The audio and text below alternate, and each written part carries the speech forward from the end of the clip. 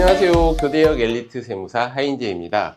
지난 시간에 갑자기 부모님이 돌아가셨을 때 한 달 안에 해야 할 일에 대해서 말씀을 드렸는데요.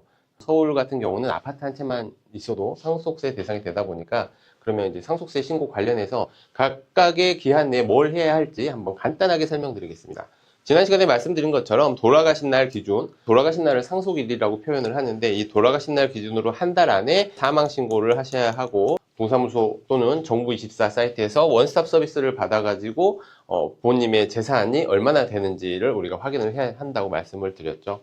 그리고 상속 신고를 하기 전에 혹시 상속인 분들 중에서 뭐 부모님 재산에 대해서 상속 포기를 하거나 아니면 뭐 한정 승인을 받고 싶다 이런 법적인 절차는 사망일, 상속일로부터 3개월 이내에 완료를 하셔야 합니다.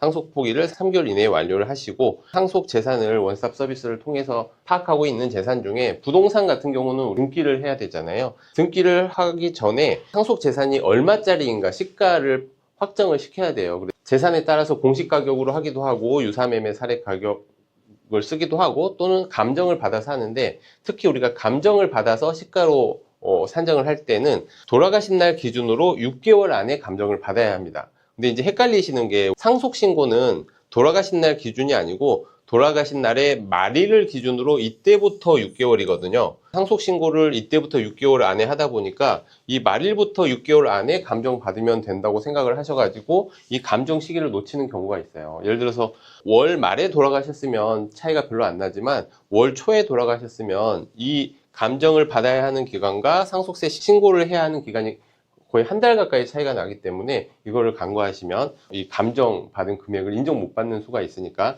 꼭 감정은 돌아가신 날 기준으로 6개월 안에 받아야 된다, 이렇게 생각하시면 되고, 상속세 신고 기한이 이 사망한 달의 말일부터 6개월인데 이때 상속세 신고뿐만이 아니고 부동산 같은 경우에 등기를 해야 되잖아요. 그러니까 등기해야 그 부동산을 상속으로 취득하는 건데, 가끔 상속인 분들끼리 협의가 잘 안 되는 경우가 있어서 이 등기가 늦어지는 경우가 있거든요. 근데 만약에 이 등기를 이 돌아가신 날 기준 그 달 말일부터 6개월 안에 등기를 못하면 과태료 대상이 돼요. 이때까지 등기하고 취득세도 납부를 하셔야 해요.